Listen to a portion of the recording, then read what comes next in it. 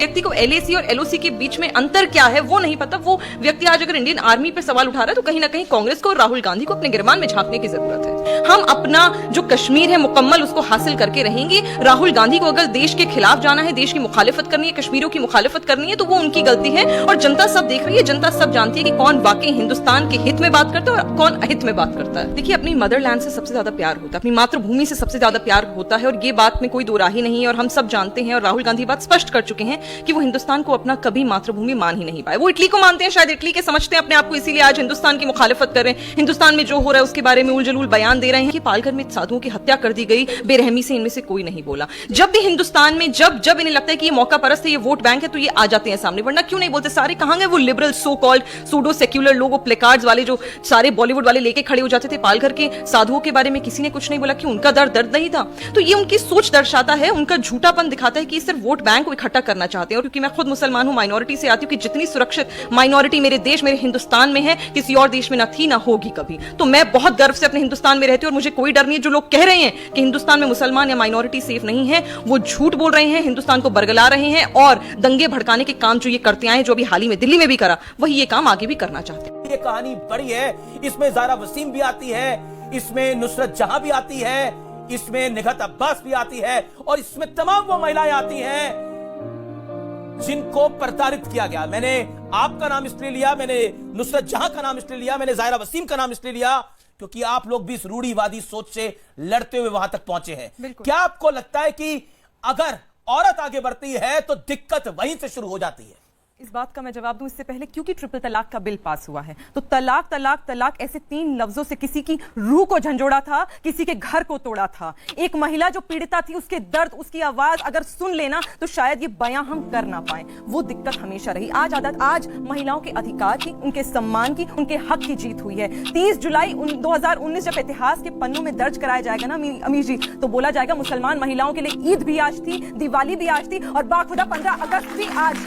और यही वजह है कि आज जो आपने कहा, अब आ जाते हैं जो आपने कहा डर। मैं पहले भी कह चुकी हूँ, काफी मौलाना मुझे ऑफ डिबेट कहते हैं, आप इस शब्द का इस्तेमाल मत करिए, पर ये बात सच है कि कुछ लोगों ने, मुट्ठी भर कुछ लोगों ने हलाला और ट्रिपल तलाक के नाम पर अपने अय्याशी के अड्डे खोल रखे थे। आज वो दुकानें बंद हो गई। उन दुकानों के बंद हो जाने से इन्हें डर लगता है। यही वजह है कि आज भी ट्रिपल तलाक, अकीद से आजादी मिली है, उसके लिए केक लाई और साथ में एक भगवा रंग की मोमबत्ती, एक हरे रंग की मोमबत्ती है, क्योंकि ये किसी धर्म के बारे में नहीं है। कल मैं एक पब्लिक डोमेन का जी, आगे मैं एक आखिरी बात बोलना चाहती थी। पब्लिक डोमेन का शो कर रही थी। जब बिल पास हुआ ना, तमाम जो महिलाएं और पुरुष वहां बैठे थे वो हिंदू थे और तालियां ऐसे पीट रहे थे कि उनके घर की महिलाओं को सम्मान मिला, उनके घर की महिलाओं को अधिकार। बताइए, ये समानता हमें जी काम महमूद प्राचा ने भी किया और महमूद प्राचा ने तो ये तक कहा कि अब लगता है हथियार उठाने पड़ेंगे। ये भी इन्होंने बोला एक कार्यक्रम के अंदर। निगहत अब्बास, देखिए, हमारे देश में ना कुछ गैंग्स पनपती हैं, जैसे अवार्ड वापसी गैंग है, सिलेक्टिव सेक्युलर गैंग है। एक ही नई गैंग पनपी है जिसका नाम है फसादी गैंग, जो सिर्फ और सिर्फ फसाद मचाने का काम करते हैं। और इनके सरमोर का नाम सुनिए, सबसे पहले तो ओवैसी साहब, उसके बाद महबूबा मुफ्ती, मायावती, अखिलेश जी, राहुल गांधी जी और अब हमारे महमूद प्राचा भाई भी वही काम कर रहे हैं। अरे भैया, जब देश को आगे बढ़ाने की बात होती है तब ये परचम विरोध का लेकर आ जाते हैं। महिलाओं को आगे बढ़ाने की बात होती है तब ये परचम विरोध का लेकर आ जाते हैं। जब आतंकवाद को खत्म करने की बात होती है तब ये परचम विरोध का लेकर आ जाते हैं। इनसे कोई पूछे आतंकवाद से इतनी बेपनाह मोहब्बत ये क्यों करते हैं, और अगर करते हैं तो ये भगवान का नाम क्यों बदनाम करते हैं? अपना चले जाए, आतंकवादियों के साथ रह ले, कोई आपत्ति नहीं। महमूद प्राचा, मैं आपका रुख करता हूं। मेरा सवाल बड़ा तार्किक है। दुर्गा पंडाल में अजान बजाने से वो पंडाल सेकुलर हो जाता है? मैं वही तो कह रहा हूँ कि बड़ी विडंबना है इस देश में कि जो लोग ये कहते हैं नुसरत जहां के मामले कि भाई मुसलमानों को सेकुलर होना चाहिए, सहिष्णु होना चाहिए, वो कर रही है तो बहुत अच्छा है। तो फिर जब पंडाल में जब यहाँ से अजान पड़ रहा है तो उस वक्त असहिष्णु क्यों हो गए? उस वक्त ये क्यों कहने लगे कि सेकुलर जो? नहीं, मेरा सवाल ये है कि दुर्गा पंडाल में अजान सही पड़ी गई? बिल्कुल पड़ी गई, सही पड़ी गई, करना भी चाहिए। यही तो इस देश की खूबसूरती है, सेकुलरिज्म है और जरूरी भी है। लेकिन सवाल ये है कि भारतीय जनता पार्टी और उनके साथ जुड़े हुए लोगों को दिक्कत क्या है? क्या इस देश में कट्टरता फैलनी चाहिए, नफरत फैलनी चाहिए, वोट बैंक की राजनीति के लिए हिंदू मुसलमानों को लड़ाना चाहिए? सेकुलरिज्म से आपको प्रॉब्लम है क्या? इस देश की खूबसूरती और सहिष्णुता से प्रॉब्लम है क्या? मुझे समझ नहीं आता कि भारतीय जनता पार्टी किस दिशा की लड़ाने की बात, किस दिशा की राजनीति कर रही है? पंडाल में अजान और दुर्गा पूजा दोनों करने की कोशिश की जा रही है और एक संदेश देने की कोशिश जा रही है, एक सिंबॉलिक जेस्चर है। तो इससे बड़ी खूबसूरती की बात और क्या हो सकती है? भारतीय जनता पार्टी की खूबसूरती है जिसको आप समझ नहीं पा रहे। बिल्कुल, अभी शोएब जमाई भाई ने बिल्कुल सही बात कही और मेरा मानना है कि दुर्गा पंडाल में अजान हुई बहुत अच्छा है, सेक्युलरिज्म। मैंने तो वहां की सजावट देखी, तमाम धर्मों को एक साथ लाके एकता का उदाहरण दिया गया, पर यह कदम हिंदुओं की तरफ से उठाया गया, दुर्गा पंडाल में उठाया गया। मैं सामने लेकर आई हूँ जानमाज, मैं ये बिछाती हूँ, आप देख लो, ये जानमाज, ये हाँ ये जानमाज है, मैं ये बिछा रही हूँ, आप इस पर, और मेरे पास ये भी है, हनुमान चालीसा भी है, इस पर शोएब जमाई जी आप चूम कर एक बार जानमाज पर बैठकर सिर्फ एक दफा हनुमान चालीसा पढ़कर सुना दीजिए। मैं मान लूंगी कि आप भी पाखंडी नहीं सेक्युलर हैं, तो मानूंगी कि आप यहाँ बैठकर झूठ नहीं बोल रहे। और दुर्गा पंडाल में हनुमान चालीसा, आपने दुर्गा पंडाल में अजान बोली सेक्युलर, आप इसको माथे पर लगाइए, बाकायदा हनुमान जी की तस्वीर है। आज मौलाना साहब सेक्युलरिज्म का उदाहरण तय करेंगे और दिखाएंगे जनता को कि एक मुसलमान भी हनुमान जी की पूजा कर सकता है, लगा सकता है, बैठकर हिंदू धर्म को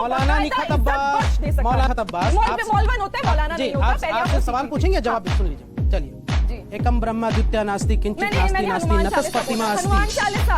सुन लीजिए, श्लोक बता रहे हैं, नतस प्रतिमा अस्ति, ये संदेश देता। मैं तो वेद का श्लोक नंबर 33 पैराग्राफ नंबर 301 तमाम चीजों के साथ तार्किक स्तर पर मैं बता रहा हूँ, ये धर्म सिखाता है। और जो मैं किताब लेकर आया हूँ, सुन लीजिए, भारतीय जनता पार्टी एक बार आप सर पे लगा कर लाइए, हनुमान चालीसा में पढ़ता हूँ। बाल समय रवि आप शुरू से पढ़िएगा, पढ़ दिया। अब आप इस्लाम मेरा चैलेंज है, स्वीकार कीजिए, नहीं स्वीकार कीजिए। इस बात का जवाब है, आज आपने हनुमान चालीसा पढ़ी है, आपने बहुत माफी की ना, ये अरबी में लिखा हुआ है, उर्दू अरबी नहीं आती, ये अरबी में लिखा हुआ है, उर्दू अरबी नहीं आती। ला इलाहा इल्लल्लाह मुहम्मदुर रसूलुल्लाह, जानते हैं हमें जी, बिला फर्ज। अच्छा सुन लीजिए, अल्हम्दुलिल्लाह रब्बिल आलमीन अर्रहमानिर रहीम मालिकिल यौमिद्दीन इय्याका नअबुदु व इय्याका नस्तईन सिरातल मुस्तकीम सिरातल लज़ीना अनअमता अलैहिम गैरिल मग़ज़ूबि अलैहिम वलद्दालीन। बोलिए, ये है मुसलमान, और ये जय गणेश देवा, माता जाकी पार्वती पिता महादेव। वज़ू में कितने फर्ज हैं? जय गणेश देवा, माता जाकी पार्वती पिता महादेव। आप मुझे सिर्फ ये बता दीजिए कि वज़ू में कितने फर्ज हैं? वज़ू में कितने फर्ज हैं? एक दंत दयावंत चार भुजाधारी। जय गणेश देवा, ये है हिंदुस्तान की सभ्यता जो आज कोई समझना नहीं चाह रहा। निकल की खूब बहती है अमन की गंगा बहने दो, मत फैलाओ मेरे देश में दंगा, अमन चैन रहने दो, मत बांटो इसे कब्र और अग्नि में, हर घर पर एक तिरंगा रहने दो। तो मेरे भाई ने बड़ा अच्छा प्रश्न रखा कि प्रधानमंत्री जी को आके समझाना चाहिए, तो मैं इनकी जानकारी थोड़ी दुरुस्त कर दूं कि भारतीय जनता पार्टी का एक कैंपेन चल रहा है, बाकायदा अमित शाह जी ने चलाया कि घर घर भारतीय जनता पार्टी का एक वॉलंटियर जाकर सीए के बारे में लोगों को समझा रहा है। हमारे बड़े दिग्गज नेता मुसलमान भाई बहनों के साथ बड़ी सभाएं कर रहे हैं और लोगों को समझाया जा रहा है। पर मेरा एक सवाल है, ये जितने लोग हैं मुखालफत करने वाले, ये कहाँ थे जिन्हें पाकिस्तानी मुसलमानों की अब चिंता हो रही है? जब 1992 में जैन मंदिर चौक को तोड़कर वहां पर बाबरी मस्जिद चौक का नाम दिया गया था, पाकिस्तानी मुसलमान ने करा था। ये लोग कहाँ थे जब 428 मंदिर वहां पर तोड़ दिए गए और आज भी जो 20 मंदिर बचे वहां पर पाकिस्तानी उसका कोई ख्याल नहीं रखते? ये कहाँ थे जब 1000 पुराना मंदिर वरुणा देवी टेम्पल को तोड़कर वहां पर शौचालय बना दिया गया? ये लोग चुप थे ना, तो आज ये लोग जवाब दे जो मुखालफत पाकिस्तानी मुसलमानों की कर रहे हैं। जी मैं कहता हूँ टॉपिक पर खर्चा भी भाई साहब, मुसलमानों की बात हो रही है, आप तो मुसलमानों के नुमाइंदे हैं, दोस्त हैं, जरा बताइए ना। सवाल से जवाब नहीं होता, फिर कैसे आप हिम्मत लेके टीवी पे आने की? दूसरे चैनल पे भी आप हिंदू कर रहे थे, अब ट्रिपल तलाक की बात हो रही है, और ट्रिपल तलाक बाकायदा मुसलमानों में है, हिंदुओं में नहीं है। प्लीज कृपा करके उसके बारे में जवाब नहीं है तो बोल दीजिए, मैं नहीं जवाब दे बोलिए, हिम्मत रखिए। जैसे आप विरोधी हैं मुसलमान महिलाओं के, उसी प्रकार आप बोल दीजिए, साफ साफ मैं बोल देती हूँ, क्योंकि मैं बात कर रही हूँ। वकार साहब, आप पता है आप लोगों के साथ क्या है, मैं बताती हूँ। दो भागों में आप लोगों ने इस्लाम को बांटा हुआ है। एक भाग कौन सा है मैं बताती हूँ, जिसमें मर्दों को मुसलमान मर्दों को खुली आजादी है कि वो हलाला करें, कि वो जाकर शादियां करें, कि वो जाकर ट्रिपल तलाक दे दें। वहीं एक आपने भाग बांटा हुआ है मुस्लिम महिलाओं के लिए, जो बेचारी शादियां तो करती हैं पर पीड़िता हो जाती है, जहाँ हलाला तो होता है पर जबरन कराया जाता है, जहाँ आप 4 शादियां करके 300 जहाँ आप औरतों को ट्रिपल तलाक देकर जहाँ जब सरकार उनकी मदद करके उनका रुतबा समाज में बढ़ाना चाहती है, तो आप साहब आकर विरोध टेलीविजन पर आकर अपना असली चेहरा दिखाने की कोई आंटी है सवाल कर रहा है, तो आप कह रहे हैं कि आप भाई साहब, आप संबित पात्रा, आपको क्या लगता है 3 तलाक हिंदू मुस्लिम करने लगते हैं। और मैं आपको दर्द हिंदू नहीं कह सकता, महिला आप किसी हिंदू भी समाज हैं। की हो, अगर उससे दर्द है तो क्या उसके बारे में नहीं सोचना चाहिए? नहीं सोचना चाहिए कि उसको कैसे उससे निजात दिलाई जा सकती है? सोचना गलत है ये। मैं आपसे कह रहा हूँ आप हिंदू विरोधी वकार हैं। साहब, मेरा सवाल आपसे नहीं था। वकार साहब, आपसे सवाल नहीं था। अपनी बारे में बोलिएगा आप। नहीं, माफी के साथ संबित पात्रा से मेरा सवाल है। आइए तो लाकर यहाँ संबित पात्रा से मेरा सवाल है। आपका नाम संबित पात्रा नहीं है, शायद नहीं। वकार साहब, संबित आप आगे कीजिए।